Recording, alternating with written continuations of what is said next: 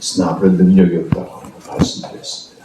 사도 바울은 이 복음을 전했는데 한 가지 목적은 장세전에 약속된 생명을 얻게 한 것이다. 디모데후서 1장에서 나눈 바 있습니다.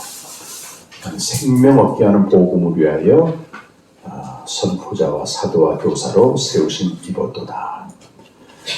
복음은 하나님의 아들 예수 그리스도이고 그의 메시아적 행위, 고린도전서 15장 3절에서 5절에 나오는 그의 죽으신 것과 또 장사되신 것, 부활하신 것, 현현하신 것, 그리고 이 앞에 있는 세 가지 구원의 사건, 죽으신 것과 장사되신 것과 부활하신 것에 연합하면 비로소 생명을 누리게 된다.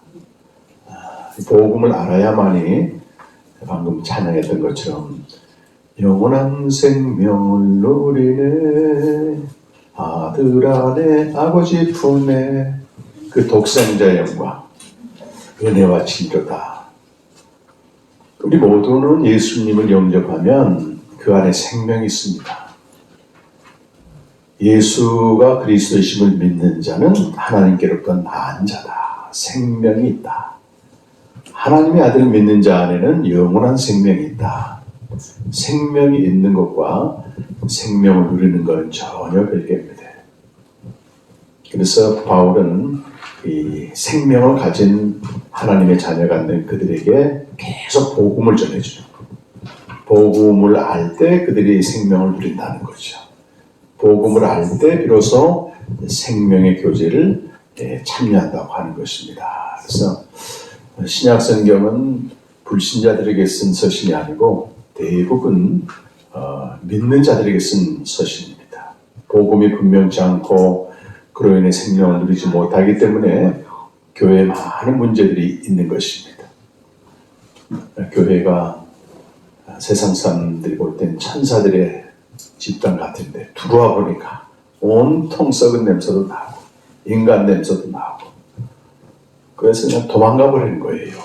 특별히 작은 교회 같은 경우는 내면세가 다 드러나기 때문에 견디지 못하고 갑니다. 작은 교회는 하나님, 그 예수님이 의도하신 가장 이상적인 교회거든요. 12명 전후한 거기 안에서 생명의 교제가 일어나고 성장이 일어나는 거지. 대형 교회 극장식으로 아무리 가도 익명성으로 다니게 되면 어떤 역사도 안 일어납니다. 그런데 이 작은 교회 가보니까 목회자도 그렇고 성도도 그렇고 이 부정성, 쓴뿌리 뭐 이런 관계 파괴가 나오니까 이걸 저걸 보기 싫다. 나 차라리 익명으로 그냥 저 큰 교회 가서 예배나 드리자. 그 더 비참한 겁니다. 문제는 교회가 작고 큰 게 문제가 아니고 복음을 잘 모르고 복음을 통해서 누리는 생명의 교제가 없기 때문에 인간들 냄새만 진동한다고 하는 것입니다. 그래서 우리가 복음을 이 시간 다 알지 못하지만 가장 핵심적인 십자가 복음과 생명을 인도하는 장사 복음과 부활의 복음을 알 때만이 생명의 부유함을 누리는 것입니다. 그래서 로마서 6장 4절 말씀은 바울이 로마 교회에 가게 된 목적을 거기다 적고 있어요. 1장에는 내가 로마 교회에 가고 싶은 것은 다를 게 아니다. 복음 전하기 위해서 간다. 너희들 이미 그리스도의 것이고 하나님의 사랑받는 자녀고 성도인데 뭐하러 복음을 전하러 가겠어요? 그 엄청난 하나님의 희생, 사랑으로 주신 영생이 있음에도 불구하고 살아내지 못하니까 가는 거예요. 로마서 6장 4절은 우리가 알거니와 우리의 옛사람이 십자가에 못 박혔다. 그리고 세례로 말미암아 그의 죽으심과 연합하여 또 그와 함께 장사되었다. 무덤에도 함께 들어가야 되는 거예요. 예수님만 십자가에 달려 죽으신 게 아니고 나도 함께 죽었다. 이거 안 것도 대단한 깨달음입니다. 저는 이걸 10년 동안 전했어요. 십자가 복음 단체에서. 예수님만 죽은 게 아니고 나도 함께 죽었다. 중요한 것은 그 다음 말이에요. 그와 함께 장사되었나니 그와 함께 장사되기 위해서 함께 죽었는데 함께 죽었다는 얘기만 하고 함께 죽은 목적을 얘기하지 않는다. 그래서 로마서 6장 4절을 읽어보면 그러므로 우리가 그와 함께 장사되었습니다. 동사가 장사됨으로 나와요. 장사됨. 함께 장사되기 위해서 죽었다는 거예요. 그래서 장사된 사람들은 그리스도의 부활에 연합하여 새 생명으로 살 수 있습니다. 새 생명을 누릴 수 있습니다. 생명의 교제가 가능합니다. 이렇게 다양하게 해석할 수가 있는 것입니다. 새 생명으로 안 살면 어떻게 될까요? 복음을 모르면 그 좋은 생명 받아놓고도 옷장에 집어넣어놓고 여전히 옛사람으로 살아. 이게 옛사람의 본질이 뭡니까? 나를 위해 사는 거예요. 나 때문에 힘들고 나. 이걸 뭐 안 되니까 뜯어 고쳐보려고 치유센터도 가보고 저도 다 했던 거예요. 자기 절망, 자기 파괴, 자기 연민, 전부 자기. 옛사람 가장 중요한. 한쪽 면에서는 자기를 잘되게 하는 걸로 가는 거고. 성경은 옛사람 고치라고 한 말은 없습니다.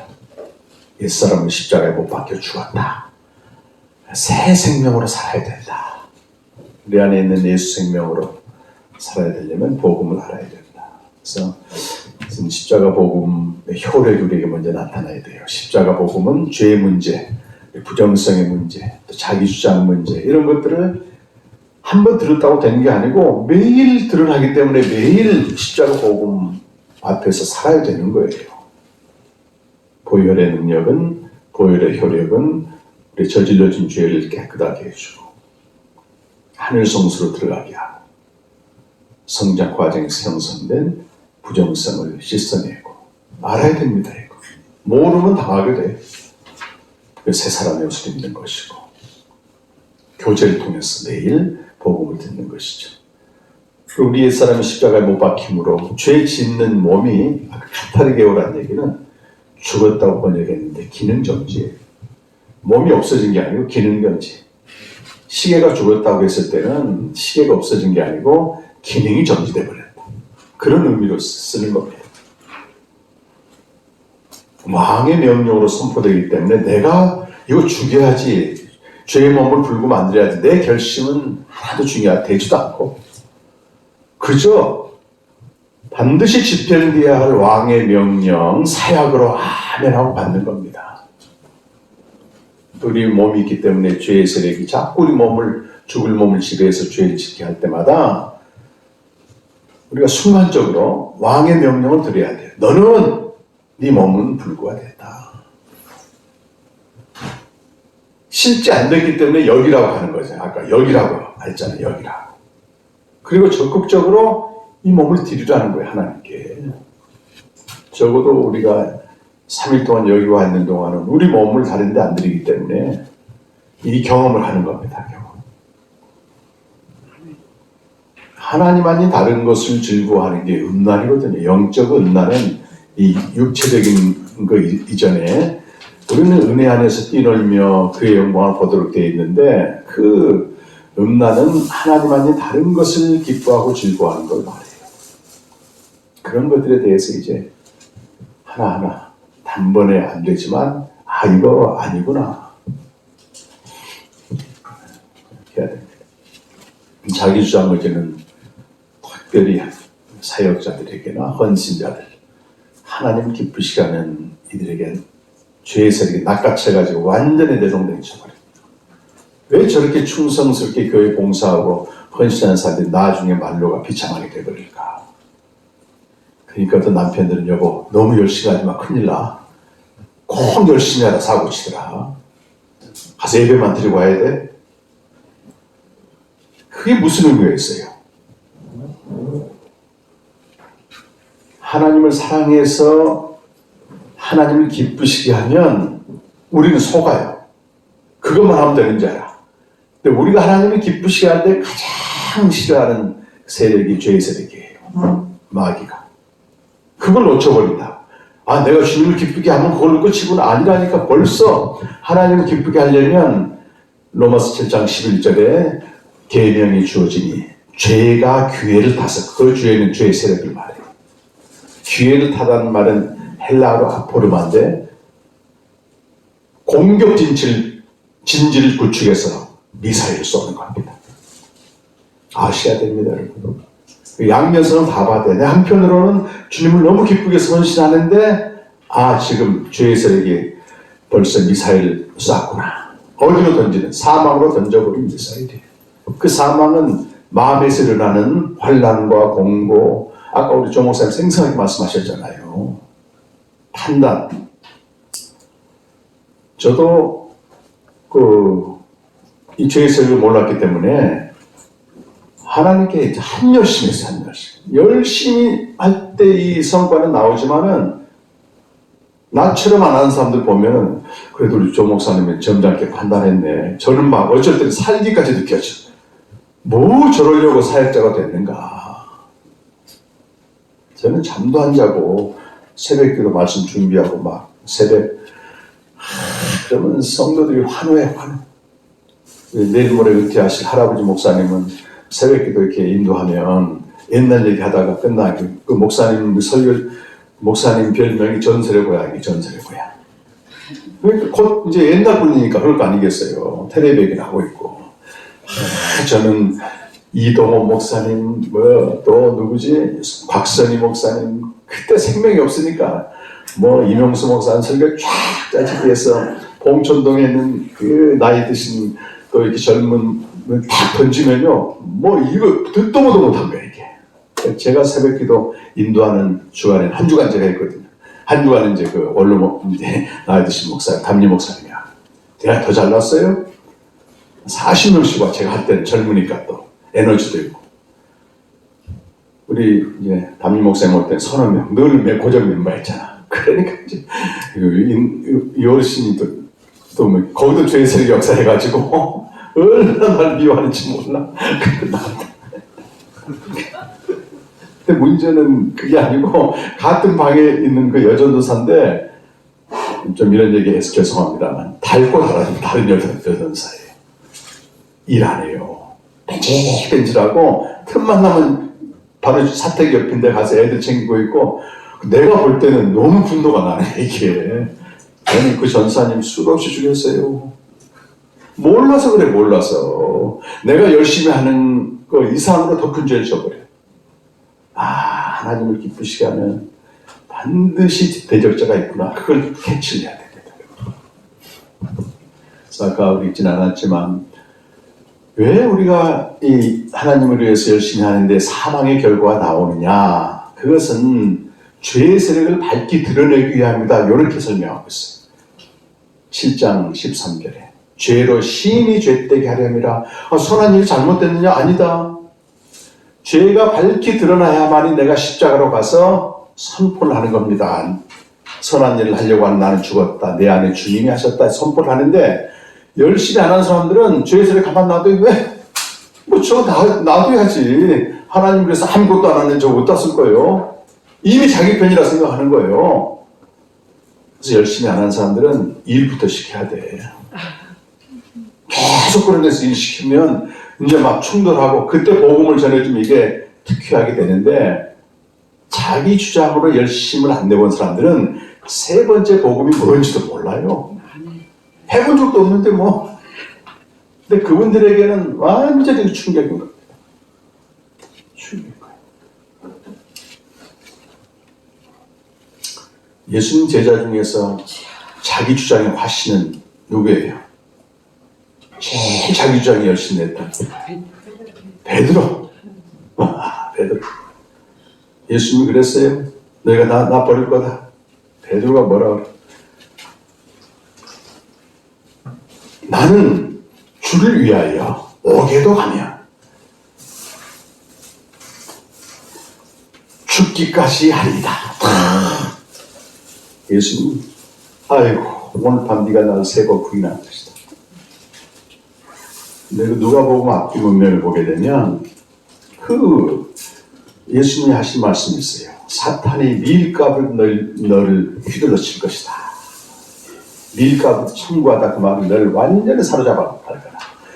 그런데 내가 내 믿음이 떨어지지 않게 해서 기도해 주마. 너는 돌이켜 형제들을 세우라. 이 자기 주장에 완전히 몰입돼가지고 사망에 이르고 말아야 될 나 같은 자를 하나님이 돌이키게 하셔서 복음을 깨닫게 하신 것은 이거 내가 한 게 아니에요. 그렇게 모르고 열심을 내면서 자기 파괴로 가고 있는 나를 위해서 우리 주님이 계속 기도하고 계셨다는 거예요. 내가 잘나서 복음 깨닫고 로마서 7장을 제가 2012년도에 묵상을 하는데 막 눈에 빛이 들어오더라고요. 그전엔 6장까지만 이제 알았거든. 옛사람 처리하는 거. 7장이 무슨 말인지도 모르고 그냥 읽었는데 이게 하나하나가 빛이 돼서 사도 바울 쓰신 대가들이 다 이걸 정리해 놓은 걸 보고요. 와, 거기서 제가 십자가 복음 깨닫는데 환입니다, 환희. 원래 그런 줄 알았어요, 제가. 너무너무 괴로워요. 일 안 할 수는 없고, 하면 반드시 뒤탈이 나고 하니. 하나님을 위해서 열심을 내는 분들, 사망이 완전히 지금 낙고쳐서 이런 이들을 위해서 예수님이 기도하고 계셔요. 그리 복음이 깨달아지는 거예요. 나의 나 된 것은 하나님을 냅니다. 더 많이 수고했어도 더 많이 수고하지. 이제는 이걸 실체를 알아버렸으니까. 우리가 이제 농락해야지 사탄을. 사탄 두려워서, 죄의 세력 두려워서 일 못해요. 더 많이 열심히 하세요. 그러면 더 많이 공격할 겁니다. 그때 선포해야 돼요. 내가 한 게 아니야. 권사님 없으면 교회가 안 돌아가네. 내가 한 게 아니요. 가만히 있으면 공격당해. 공격당해. 근데 당연히 주변 사람들이나 옆에 있는 사람들은 격려를 합니다. 이렇게 권사님 고생 많으십니다. 그러면 나는 어떻게 받아들여야 돼요? 속으면 안 되는 거예요. 앞에 대고 왜 날 시험할 그런 얘기 하면 안 되고 감사합니다 해놓고 주님의 영광 받으세요. 그거 해야 돼요. 해야 됩니다. 입에 딱 붙어 있어야 돼. 저도 아까 말씀드렸는데 벌써 속고 있더라고. 내가 뭐나 되는 것처럼. 보혈을 열심히 시켰더니 내가 좀 부정성이 없어졌는데 이게 딱 걸렸어요. 제가 오늘. 부정성 깨닫게 하신 분 하나님 다 그분 건데 뭘 내놓을 게 있습니까? 우리가 항상 생명의 교제 앞에 가게 되면 내가 죽기에만 합당한 죄인이란 고백을 할 게 없어요. 그런 자를 하나님이 구원해 주신 은혜밖에 없지. 생명의 교제를 안 하기 때문에 내가 누구인지 몰라. 뭔가 해놓게 되면 그 일과 나를 결부시켜가지고 그러니까 억울함과 화가 많이 쌓이는 거예요. 한편으로 열심히 하는데 왜 화병이 나고 스트레스를 받고 병이 걸리고 그러냐 말이에요. 정말 자기 주장 의지 로마서 7장은 읽고 바울같이 돼가도 말이지. 오라 나는 비참한 자로다. 누가 날 이 사망에서 건져내랴. 육신으로는 하나님을 기쁘시게 못해요. 아무리 열심히 해서 심지어 하나님과 원수가 된다고 그랬어요. 하나님 자를 꿰차고 있으니까 원수지 뭐. 이게 우리 한국교회 복음이 좀 많이 알려져야 돼요. 정말 한 열심히 하는데 뒤끝이 안 좋은 사람들이 너무 많은 거예요. 교회 막 힘들게 하고 열심히 안 한 사람들은 잘 나타나지도 않아요. 힘들게도 안 해. 복음 너무 중요합니다. 오늘 이 시간 잠깐 장사복음에 대해서 말씀드릴 텐데 바울은 십자가 복음과 장사복음, 부활복음이 이렇게 나란히 나올 때는 항상 장사복음에 방점을 둡니다. 왜냐하면 십자가 복음은 죄를 처리하는데 장사복음은 복음의 궁극적인 목적인 생명으로 나가야 하기 때문에 그래요. 너무너무 중요한 복음이에요. 유명한 신학자들은 십자가에서 부활로 바로 건너뛰고 장사복음을 빼버리면 생명은 관념만 남는다. 추상적이 된다. 아무리 여기서 영생해도 안 사라지는 거예요. 무덤을 통과하지 않고 안 된다는 거예요.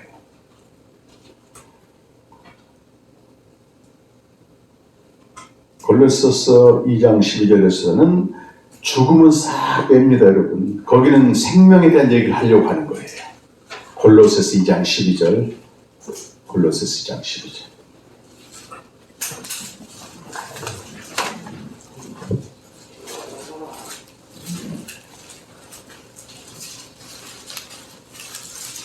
같이 읽어보실까요?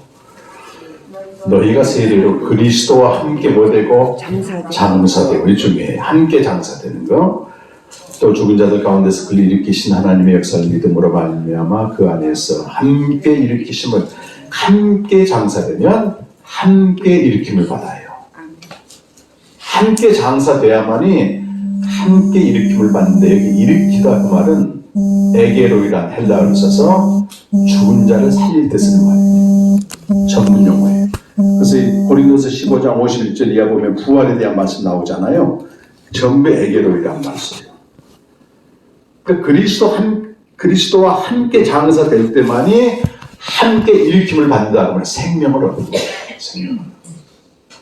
그리고 3장 1절에 보니까 바로 나오잖아요. 그러므로 너희가 그리스도와 함께 다시 여기 다시 살리심을 받았지만 에게로이 똑같이 일으킴을 받았단 말이에요. 받았으면 이제 저 위의 것을 찾으라는 거예요. 만물 위에서 이게 그 아들과 아버지 삼위 하나님 거기로 들어가라는 겁니다. 땅의 것을 생각하지 말라는 거예요. 다고 세상을 포기하고 살라는 얘기 절대 아닙니다, 여러분. 저 위의 것 만물의 충만한 그걸 가지고 지상적인 삶을 살아가라.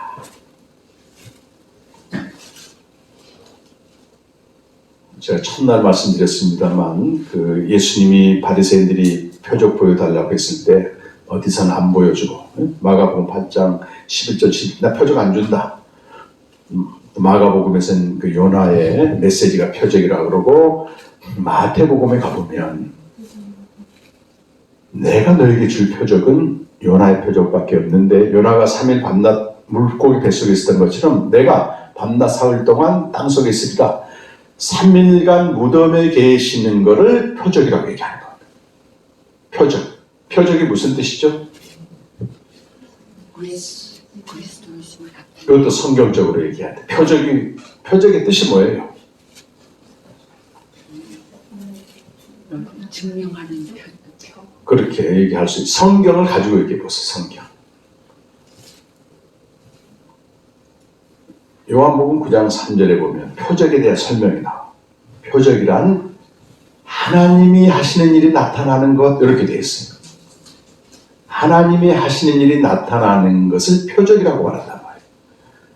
그럼 그리스도가 3일 동안 무덤에 계시는데, 그 무덤이 표적이라는 얘기는 무덤에서 하나님이 하신 일이 나타난다는 거잖아요. 뭔 일이 나타납니까, 거기?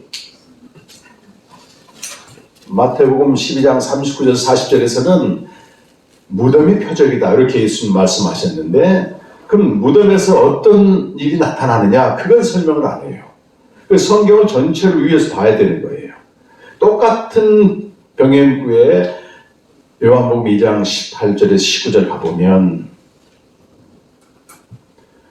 표적을 구했더니 예수님이 이렇게 대답하세요. 이 성전을 헐라 3일 만에 일으키라고. 일으킨다는 말도 부활을 얘기해요. 3일 동안 일으키는 게 하나님 하신 일이구나. 또 하나는 뭐예요? 기존에 있던 성전을 다 무너뜨리신다는 거예요.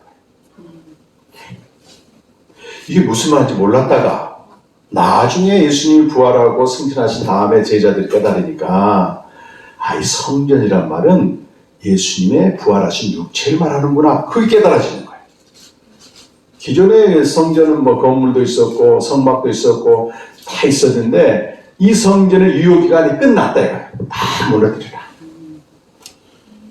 그리고 이제는 그분의 부활하신 몸이 성전이다. 근데 우리 아까 골로새 2장 11절에 뭘 읽었습니까?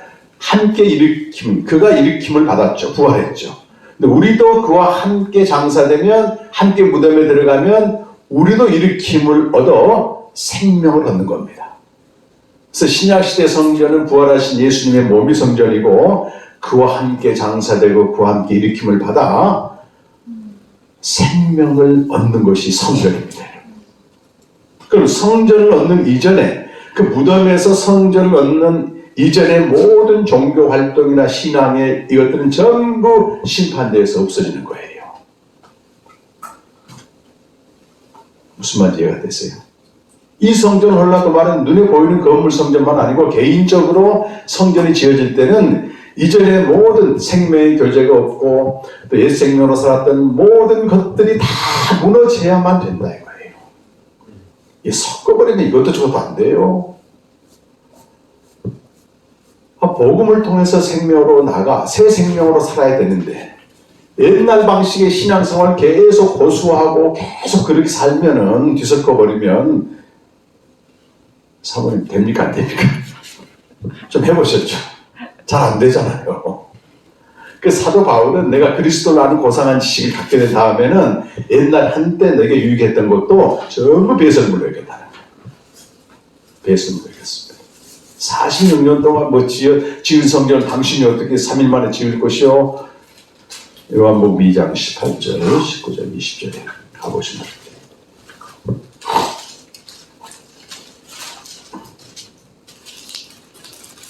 그렇죠? 2장 19절에 너희가 이 성전을 헐라 내가 사흘 동안 일으키리라 유대인들이 이르되 이 성전은 46년 동안 지었거늘 내가 3일 동안 일으켰냐 하더라. 예수는 성전된 자기 육체를 가리켜 말씀하셨다.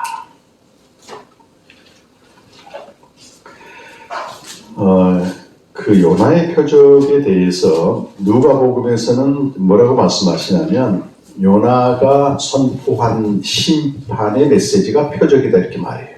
그렇죠? 그렇게 얘기했어요. 니느웨가 40일 만에 망한다고 하는 심판의 선포가 표적이라고 말해요. 예수님도 똑같이 그렇게 더 요나보다 더 큰 이가 심판의 메시지를 전한다.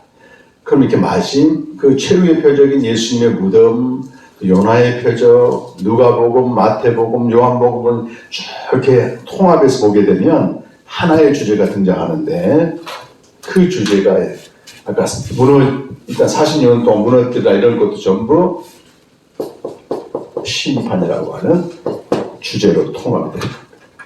예수님의 그 표적은 진짜 주고 싶은 표적을 이거라는 거예요. 46년 된 기존의 모든 신앙생활과 방식이 무너지고 또 누가복음 11장에 나오잖아요. 표적 11장 30절에 요나가 니느웨 사람에게 표적이 된 것처럼 이 인자도 이 세대의 표적이 된다. 심판 주제고 마태복음 12장 39절 40절은 무덤에서 3일 동안 거하시겠다. 놀라운 건요. 성전을 어떻게 짓느냐 이렇게 얘기했을 때 구약 성경, 구약 시대 성전 짓는 내용이 그대로 나옵니다. 구약 성경은 전부 신약 성경에서 성취가 되는 거예요. 아까도 우리 언약을 에레미야서에서 읽었는데 거기에 대한 성취는 예수님의 십자가로 되잖아요. 똑같습니다.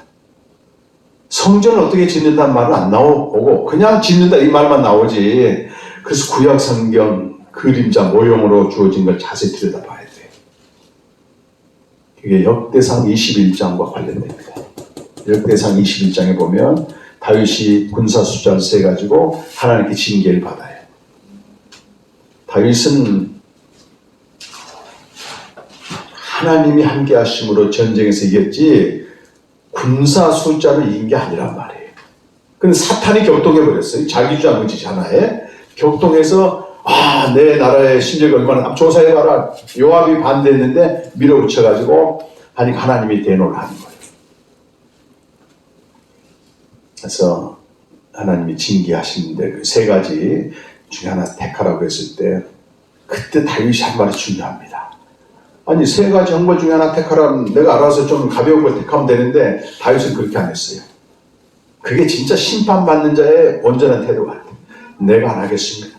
하나님이 죽이시면 죽겠습니다. 하나님께 맡겨 이렇게. 내가 사람의 손에 빠지지 않겠습니다. 하나님이 가장 무서운 형벌을 보내는데 전염병이 이스라엘 전체 사람들이 싹 죽는 거예요. 다 죽는 거예요. 요즘 코로나처럼. 그때 전염병이 한 번 지나갔는데 7만 명이 죽었다고요. 그때 심판의 전사가 대기하고 있을 때 다윗이 막 또 회개해. 하나님, 죄는 내가 지었는데 이 백성이 뭘 잘못했습니까? 용서해달라. 그때 하나님이 뭐라고 말씀하시냐면 그러면 어른안의 타작마당이라는, 타작마당은 심판의 장소를 말해요 원래. 이 타작이란 말 그거잖아요. 예수님도 타작마당에서 알곡과 쭉정이를 골라내는 그곳에 가서 제사를 드리라는 거예요. 제사를 드렸더니 하늘에서 불이 내려와가지고 재물을 연락했습니다.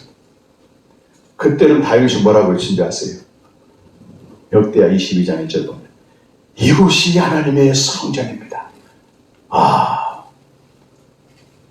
House of God is here. 다 외쳐요. 심판의 제사가, 심판이 종결된 자리가 성전이라고 하는 거. 담대하게 외쳐요. 나중에 이제 예루살렘 성전을 거기다 짓습니다.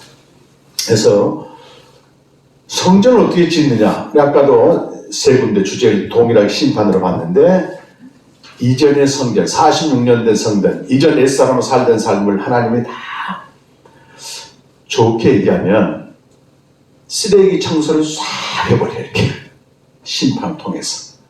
그래야만이 제대로 성전을 지을 거 아니겠어요. 근데 그게 어디서 이루어진다? 무덤에서 하시는 거예요.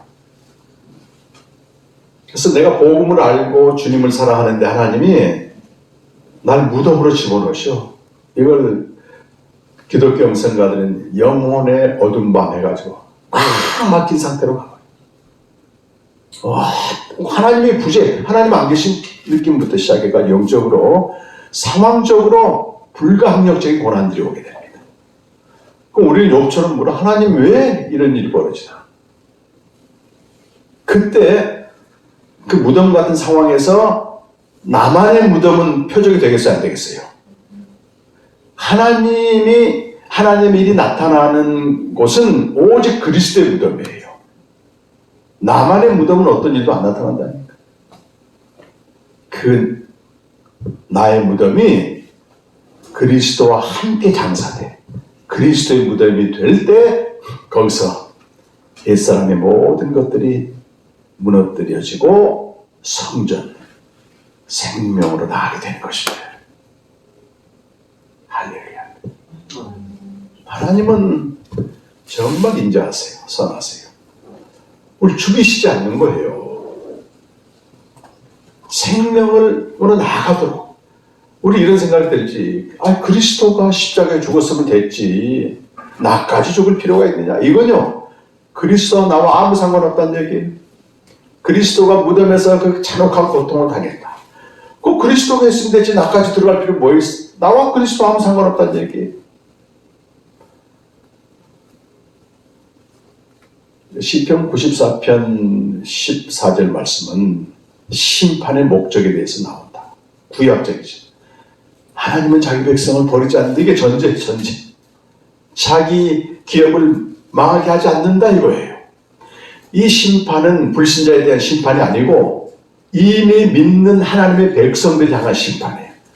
그래서 심판이라는 말이 좀 거북스러운데 원래 이 심판이라는 뜻은 미시파트 해가지고 교정하다 이 말이에요.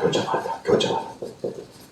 우리 자녀들이 잘못 길 가게 되면 야단치면서 저기로 가면 죽는데 혼내잖아요. 이렇게 우리나라의 적절한 표현으로는 혼내서 정신 차리게 한다 이런 뜻이에요. 미시파트가 필요하지 않습니까? 필요해요. 우리가 불완전하니까. 하나님의 백성들이 심판을 받아들일 때 보면 심판을 찬양해. 그 C.S. 루이스가 그 시편 묵상하면서 희한하게도 심판 받는데 이게 좋은 일이라고 찬양. 심판 중에 하나님의 인자가 있다고 얘기하는 게 이해가 안 됐다는 거야. 자기가 처음에는 유아기 시절에는 좋은 것만 주면 끝이야. 내가 원하는 거 주면 끝이야. 근데 우리 원하는 것만 아이들 준다고 아이들이 잘합니까? 잘못하면 야단도 치고 혼도 내고 만들어가는 과정이 필요하다. 시편 94편 15절에는 시편 94편 15절은 이 무덤과 장사복음의 아주 중요한 요절입니다. 시편 94편 15절을 보면 시편 묵상할 때 제가 주석을 좀 봐봤더니 사람들이 시편 94편 15절을 해석이 잘 안 되는 구절 이렇게 표현하더라. 이것이 이제 장사복음에 대한 메시지이기 때문에 계시가 이렇게 완성되지 않으면 이게 뭔 말인지 몰라요. 한번 읽어보십시오, 여러분. 그 전에 보면 여호와께서는 자기 백성을 버리지 아니하시며 자기의 소유를 외면하지 아니하시리로다. 심판이 의로 돌아가리니 마음이 정직한 자는 다 심판을 따르라. 이렇게 돼 있어요. 우리가 심판이 의로 돌아간다는 말은 금방 무슨 말인지 모르는데 영어 성경을 보게 되면 심판은 의를 기초로 하여 다시 세우는 것입니다. 그러므로 마음이 정직한 자는 심판을 받아들이라 이렇게 되는 거예요. 의를 기초로 다시 세우기 때문에 여기서 주님이 그 하나님 보시는 것은 눈에 보이는 집이 아니고 그 집을 짓는 기초가 부실하다는 겁니다. 심판은 항상 기초를 목적으로 하지 집을 목적으로 하지 않아요. 우리 기초는 뭐죠? 그 기초가 뭡니까? 고린도전서 3장 우리 기독교 신앙의 기초는 고린도전서 3장 11절에 보면 터라고 돼 있어. 이 닦아둔 것 외에는 능히 다른 터를 닦아둘 자가 없으니 이 터는 뭐라고 돼 있습니까? 이 터는 곧 예수 그리스도라고 말은 복음이란 말이에요. 복음. 복음은 곧 하나님의 아들 예수 그리스도잖아요. 복음의 목적은 또 뭡니까? 생명이죠, 생명. 생명의 내용은 뭐예요? 신약 시대는 생명의 교제입니다, 교제. 시편 1편은 그 복 있는 자에 대한 이 시편 150편 중에서 1편에 그걸 배치한 것은 이 시편 1편은 모든 하나님을 믿는 백성들에 대해서 첫 관문과 똑같아요. 시편 150편의 주제와 똑같습니다. 복 있는 사람은 악인의 꾀를 쫓지 않는다. 악인의 모략을 따르지 않는다. 세상 사람들의 모략을 따르지 않는다. 죄인의 길에 서지 않는다. 오만한 자의 자리에 앉지 않는다. 오직 여호와의 율법을 즐거워하고 그 율법을 주야로 묵상하는 자로다. 저는 시냇가에 심은 나무가 시절조차 열매 맺음 같이 잎사귀가 마르지 아니함 같이 그 하는 모든 일이 형통하다. 그렇게 되어 있어요. 악인은 그렇지 않다. 그러면 그 2절에는 오직 여호와의 말씀을 즐거워하고 주야로 묵상한다. 그 말은 구약에서는 언약 안에 거하는 거예요. 매일 말씀을 묵상하고 듣고 즐거워함으로써 신약에서 다시 그걸 해석하면 우리 아까 새 언약이 뭐라 그랬습니까? 새 언약은 한마디로 뭐라 그랬어요? 아까 오전 시간에 다 그리면서까지 했는데 그렇지 생명의 교제지 새 언약은. 생명의 교제만이 언약 안에 거하는 거예요 지금은. 그 생명의 교제를 끊이지 않고 주야로 묵상하는 이 사람들은 기초가 시냇가에 심은 나무처럼 튼튼한 거예요. 때를 따라 열매를 맺게 돼요.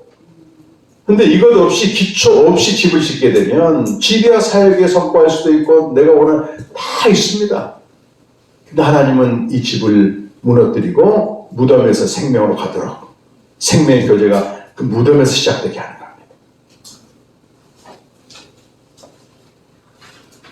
이 하나님의 사랑입니다, 이거는. 그래서 이 무덤의 상황이 오면 하나님 원래 무덤에 저기 생명의 교제 없이 사는 거라. 하나님이 때를 따라 각 사람에 맞게끔 맞춤 형식으로 이제 무덤으로 초대합니다. 그때 이 복음을 알고 있으면 바로 그리스도의 무덤에 들어가요. 무덤에 들어간다는 얘기는 생명의 교제로 바로 들어갑니다. 내가 깨닫든 못 깨닫든 말씀 앞에 서보는 거예요. 그럼 하나님은 반드시 알려주세요. 너 지금까지 어떻게 살았느냐. 그리고 생명의 교제 없이 쌓아놨던 그 영적인 쓰레기들이 뭐냐 다 보이게 하셔서 이걸 완전히 입술을 합니다. 그때 우리는 어떤 고백을 하냐면 주님은 옳습니다. 이 고백이에요. 다른 게 아니고. 주의 심판은 옳습니다. 그 요한계시록 16장 7절 보면 하나님의 공의로운 심판 앞에서 외치잖아요. 우리들이. 주의 심판은 참되고 옳습니다. 그게 심판을 받아들이는 거예요. 그때 우리는 그리스도의 무덤에 들어가서 뭘 아멘했습니까? 뭘 옳다 그랬습니까? 생명의 교제 없이 한 모든 일에 대한 하나님의 공의가 옳습니다 했기 때문에 그 말이 진정성이 있으려면 생명의 교제로 나가야지. 생명의 교제 없이 삶에 대한 하나님의 공의 심판을 아멘 해놓고 안 나가면 그 아멘 자체가 진정성이 없는 거죠. 저는 집을 정말 잘 짓고자 했어요. 또 기초가 뭔지도 몰랐어요. 사역을 정말 열심히 하고 잘하고 성도들을 또 사람들 유익을 끼치고 잘되게 그렇게 애썼습니다. 근데 2008년 4월에 하여튼 끔찍한 무더위 왔습니다. 그때 이 일시적인 공황 상태가 올 정도로 이 숨이 멎을 만큼 너무너무 경험해보세요. 다음 날 눈 뜨면 안 되는 글 있잖아요. 오늘 이들 끝났으면 좋겠다고 하는. 감당이 안 돼요. 근데 희한하게도 하나님 이런 일에 쓰시려고 했는지 말씀 앞에 나가게 된 거예요. 습관, 이건 하나의 습관이었어요. 큐티를 했기 때문에. 그때 참으로 말씀 앞에 두렵고 떠는 경험을 합니다. 하나님이 너무 무서운 거예요. 근데 동시에 알 수 없는 평강도 왔어요. 그 말씀 앞에 내가 진지하게 나가기 전까지만 해도 막 일련의 상황들이 벌어졌을 때 전부 원망했어요. 10년 동안 내가 충성했던 이 기관 원장도 나를 오해하고 막 짓밟아버리고 직접 들은 건 아니지만 완전히 죽일 놈 된 거야 내가. 또 나도 또 허물과 실수가 있었고 그러니까 이게 뒤범벅 돼가지고 모든 관계, 재정, 포지션 한꺼번에 날려버려 하나님. 그러니까 공황이 오죠. 내가 쌓았던 게 무너졌는데 나중에 보니까 무너져야 될 성전이에요 그게. 그때는 몰랐지만 근데 말씀 앞에 나와서 내가 어떤 존재인가를 발견하고 생명의 교제도 없었고 내가 전해야 될 하나님이 그 복음을 전하라고 신학교에 부르시고 했는데 엉뚱한 그 복음 생명으로 안 나가니까 복음이 자꾸 부족 복음만 갖고는 안 된다고 생각이 들어서 뭐 이런 사역하고 있을 때 하나님이 그 작업을 하셨는데 제 입에서 제일 먼저 나온 말이 저는 죽기에만 합당하지 않습니다. 주님의 심판 옳습니다. 이렇게 돼버렸어요. 그리고 앞으로 일어날 일에 대해서 계획 같은 하나도 없습니다. 왜? 죽어야 되는데 뭘 계획이 있어? 근데 딱 하나님 한 가지 허락한 게 매일 말씀 앞에 나가는 거예요. 저녁 때 되면 유효기간이 끝나가지고 내일 아침에 눈이 안 떠지면 좋겠다.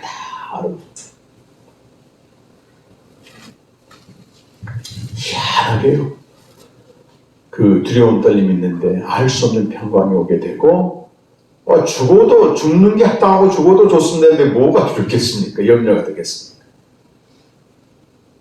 6개월 정도 이렇게 폐인처럼 노숙자처럼 이렇게 지내는데 그 학월에 지금 생각하니까 생명의 교제가 이거구나.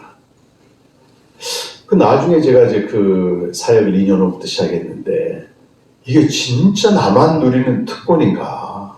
아니면 모든 성도가 누려야만 되는 보편적인 진리인가 해서 2010년도에 논문을 쓴 거예요. 말씀의 깊음이 이렇게 나온 겁니다.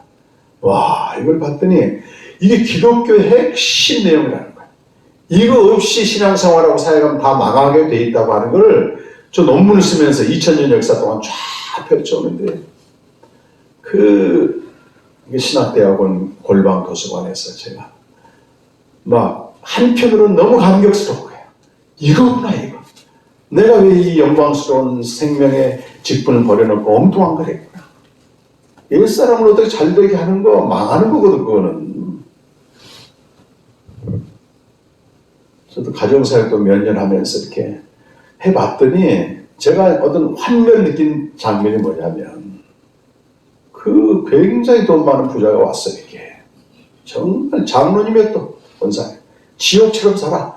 그 어떤 기법을 가지고 잠시 평화를 줬더니 뭐 지금부터 한 20년 다들 그 부인에게 뭘 해주냐면 벤츠 그쪽 벤츠가 별로 이제 귀하잖아요. 아니 요즘은 흔하잖아. 옛날엔 외제차 벤츠 사면요 다른 차들이 피해갔대. 운전하기 좋았다더라고. 딱 사주더라고. 그래서 제가 순간적으로 드는 게, 야, 이 가정 회복되면 제자도로 가는 게 아니고 더 세상적으로 가는 이 생각이 들어요. 해외에 계속 다니고 우리 좋아졌으니까 세상 사람과 뭐가 다르겠어 이게. 그때 이제 한매를 느끼고 그 뒤로도 이제 여러 가지 계기가 있었는데 어쨌든 그런 걸 내가 이제 한 거죠. 그러면서 나도 덩달아서 영웅처럼 대접받는 거예요. 우리 가정을 살려준 신적 존재로. 그때 하나님이 그걸 다 46년 된 성전 무너뜨리듯이 그 6개월간에 다 무너뜨렸어요. 다시 옛날로 돌아오라고 정태 원장이 저한테 이메일 보내가지고 서목사에 빨리 와라. 교수직 났대. 교수 어디 남자들에게 교수는 또 명예거든. 명예. 몽골 뭐 어디 울란바토르 뭐 대학교 교수 자리 나왔으니까 빨리 가자. 그 심판을 내가 아멘으로 받았기 때문에 나사로처럼 굶어 죽어도 갈 수가 없는 겁니다. 그리고 매일 생명의 삶, 생명의 교제, 이게 양식이 되는 양식. 그 논문을 써봤더니 이게 기독교인이면 누구나 해야 될 새 언약의 내용이라는 걸 깨닫게 되고, 그때부터 뭐 캠프 초창기 증인 우리 김승희 전사님 뒤에 있지만 내가 막 사람 모아서 할 수 있는 여건도 안 됐고, 하나님이 이렇게 하게 하신 거예요. 그래서 무덤이라고 하는 끔찍한 상황 속에 던져졌는데 갈 바를 알지 못한 사람들이 와가지고 복음을 통해 생명으로 가는 역사들이 나타나는 겁니다. 장사복음이 이 캠프 통해서 선포되기 시작해요. 센세이션을 일으킵니다. 그렇게 나름대로 잘 믿었는데 이 돌파구 없이 죽을 것만 같은 상황들, 이 사람들이 생명의 교제로 나가면서 생명을 누리는데 와, 대단해요, 대단.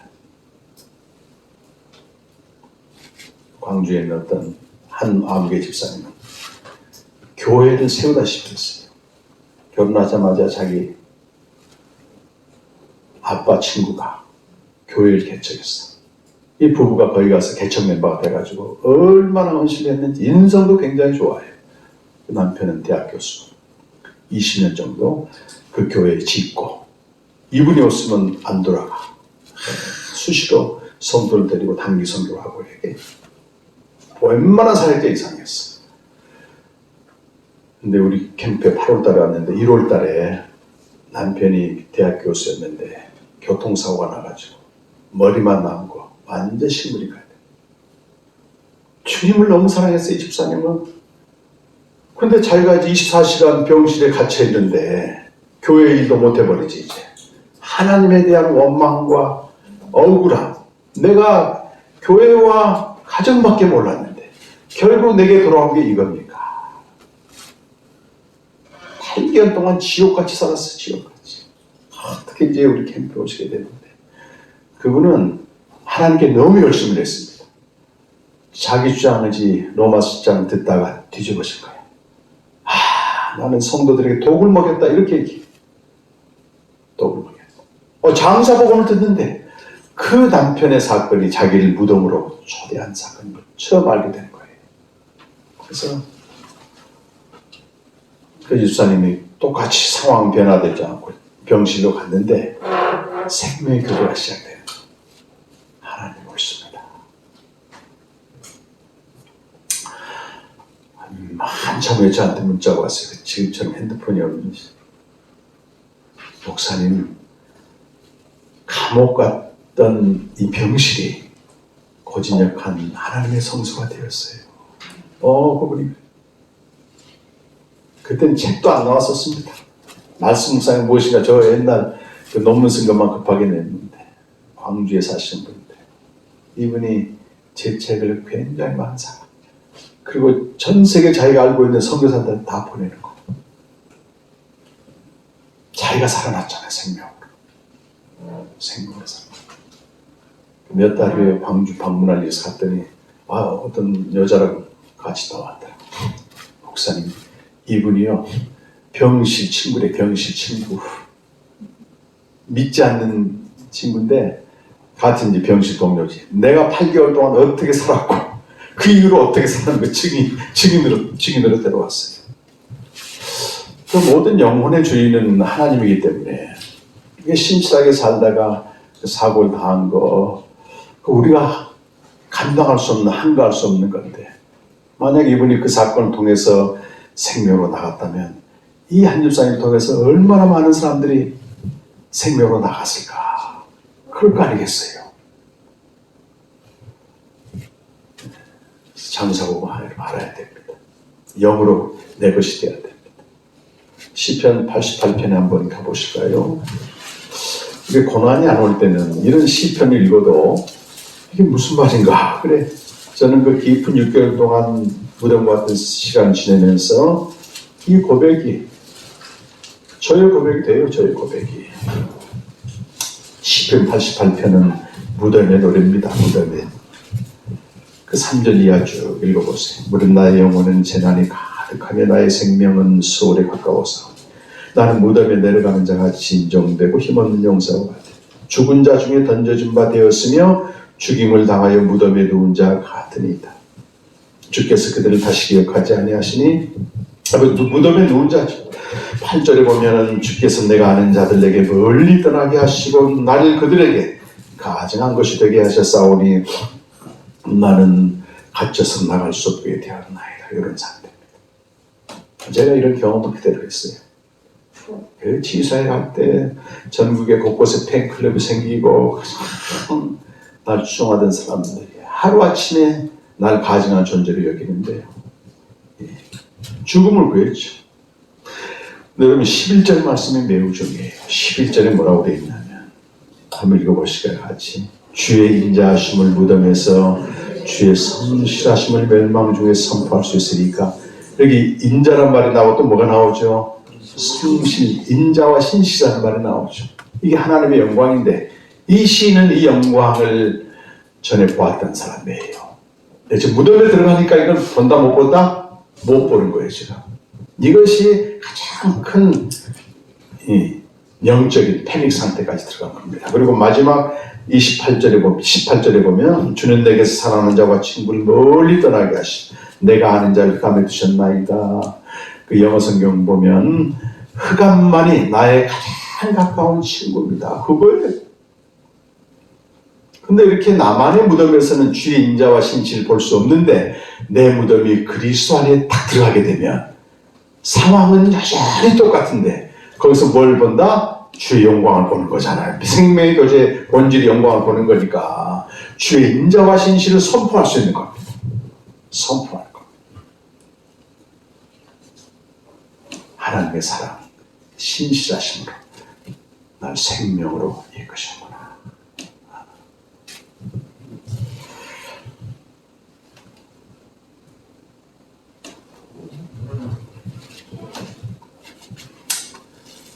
방송으로도 이렇게 장사복음을 갔는데 우리 다음 카페 보시면 그 장사복음 5개의 그 에피소드 중에서 두 번째로 첫 번째가 만물에 계신 하나님 장사복음인데 그게 한 전 세계 25개국으로 이렇게 성취를 됐습니다. 제가 그 다음번에 거기 팟캐스트에 출연했더니 편지를 어떤 집사님이 보내왔어. 그 편지 내용이 뭐냐면 라디오로 장사복음에 대해서 듣는데 들을 수가 없으니까 껐다 다시 껐다 자기도 모르게 껐다. 그 사이에 계속 울고 있었어요. 이 집사님은 성경을 30독이나 하시는 분이에요. 주님을 너무 사랑한 분이. 근데 깊은 무덤에 들어가지고 빠져나올지 못하고 있는데 그 장사복음을 듣는데 하나님의 인자와 사랑이 막 넘쳐 흐르는 그 사랑 때문에 막 눈물이 나는 거예요. 눈물이 나는 거예요. 나만의 무덤은 어떤 주의 영광을 볼 수 없고 인자와 신실을 볼 수 없으나 그리스도의 무덤 안에서는 인자와 신실을 본다. 평생 대책 앞에 소개했던 사람도 평생 47년 동안 목회하고 37년간 한 교회를 담임해가지고 100명밖에 안 되는 교회를 5,000명 이상 늘리고 성전 대우가 지었는데 75세가 되어서 무덤에 들어가는데 지가 무덤에 들어가. 하나님 선하신데 왜 내게 이런 일이? 하나님이 음성을 들려주세요. 너는 생명으로 목회하지 않았다. 그 말을 받아들인 순간 하나님 옳습니다 나오면서 말이죠. 이분이 내가 언제 주님 앞에 갈지 모르는 나이가 들었는데 알게 하시고 회개케 하신 하나님 감사한 그 영혼이 춤을 췄어요. 교계에서는 완전히 매장됐는데 그런 분이에요. 이 장사복음을 들으면서 어떤 사람은 겁을 내더라고. 야, 나도 저렇게 가야만 그러면 아니냐. 아니에요, 여러분. 내가 지금 기초가 말씀으로 안 세워지다 그러면 오늘이라도 내가 생명의 교제를 시작하면 하나님 고의로 고통을 주는 분이 아니에요. 그 로마서 2장 보면 확실한 거는 진리대로 심판하시는데 아직 그런 상황적인 심판이 안 왔다면 그분의 인자하심으로 오래 참고 계시다는 거예요. 오래 참고 계시다는 거예요. 이미 무덤을 경험한 분도 계세요. 근데 생명의 교제가 아직 안 되고 있다는 얘기는 나만의 무덤이었다는 거예요. 나만의 무덤. 한 군데 있고 우리 마치려고 합니다. 에레미야서 15장 16절과 17절 말씀. 우리 함께 읽겠습니다. 시작. 만군의 하나님 여호와시여 나는 주의 이름으로 일컬음을 받는 자 내가 주의 말씀을 얻어먹어 싸우니 주의 말씀은 내게 기쁨과 내 마음의 즐거움이로라. 내가 기뻐하는 자의 모임 가운데 앉지 아니하며 즐거워하지도 아니하고 주의 손에 붙들려 홀로 앉아 싸우니 이는 주께서 분노로 내게 채우셨습니다. 에레미야의 고백입니다. 에레미야는 민족에 대한 하나님의 심판 앞에서 이 주의 손에 붙들려 홀로 앉아 말씀을 얻어먹으며 그것을 기뻐했다. 이겁니다. 이 교회가 진리가 부재하고 생명이 부재해 하나님의 심판이 임하고 또 이 나라와 민족이 코로나로 인해서 이 하나님이 심판하실 때 우리가 할 수 있는 최상의 일은 매일 주의 손에 붙들려 홀로 앉아 말씀을 얻어먹여 주님 공의로 심판하사 다시 세워주옵소서. 그겁니다. 상황은 고통스럽지만 이 고통을 통해 하나님의 심판이 집행되고 공의가 다시 세워지는 것을 위해서 얼마든지 우리 찬양할 수 있습니다. 인자와 신실을 찬양할 수 있습니다. 그 이명수 목사님이라는 분이 제가 존경하는 분입니다. 이분이 존재의 터가 무너질 때를 설교하시는데요. 제가 그때 이 무덤 가운데 있을 때거든요. 말씀으로 짓지 않은 생명의 교제 없는 집은 다 무너집니다. 요한복음 7장, 마태복음 7장 24절 이하에 그 모래에 지은 집은 싹 무너져. 반석에 지은 집은 그대로다. 무너질 때, 무너지는 상황은 고통스럽지만 하나님의 공의로 인하여 그걸 찬양하라는 거예요. 속지 마십시오, 여러분. 집은 보여지는 겁니다. 교회 와서 봉사하고, 교회에 다 예배드리고, 헌신하고, 선교 나가고, 사역하고 다 보여지는 거예요. 이것 때문에 심판하시는 게 아니고, 보이지 않는 기초가 뭐냐. 인천에 오는 교회에서 제가 그런 메시지를 했어요. 다 보여지는 것 보고 직분 세우더라. 근데 그 사람이 일주일 동안 어떻게 사는지 어떻게 알아? 보이지 않는데 기초가. 매일 주님과 생명의 교제를 하면서 집은 좀 부실해도 매일 이렇게 사는 사람들 주일날 보면 압니다. 얼굴에 빛이 난다니까. 목사님의 말씀이 일방적인 선포가 아니고 교제가 돼요. 교제. 정말 교제. 이제 복음 출신 교회 제가 협동 목사로 이제 다른 데 사역이 없으면 주일날 거기 가서 늘 예배 드리잖아요.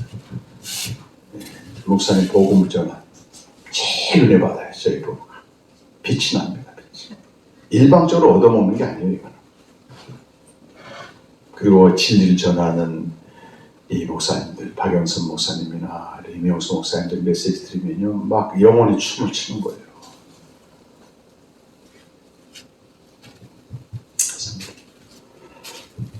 에레미야는 나의 무덤이 아니고 내 가족이나 주변이나 민족에 대한 심판을 자기가 끌어안고 있는 겁니다.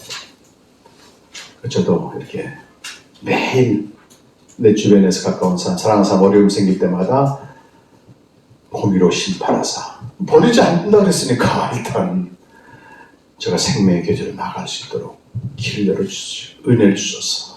예레미야 31장 18절에서 우리가 스스로 돌이킬 힘이 없나이다. 주께서 돌이켜주시면 돌아가겠나이다. 그래. 우리가 어떻게 힘에서 돌아가냐고, 어떻게 무슨 재주로 생명의 교제를 할 수 있느냐. 주님이 돌이키시면 돌아가겠나이다. 긍휼을 베풀어 주옵소서. 이거밖에 할 수 없어요. 네. 한번 기도하시면서 이 시간 그리스도의 무덤, 내 무덤이 그리스도의 무덤이 되어서 생명의 교제로 나갈 수 있도록 은혜를 내려 주옵소서.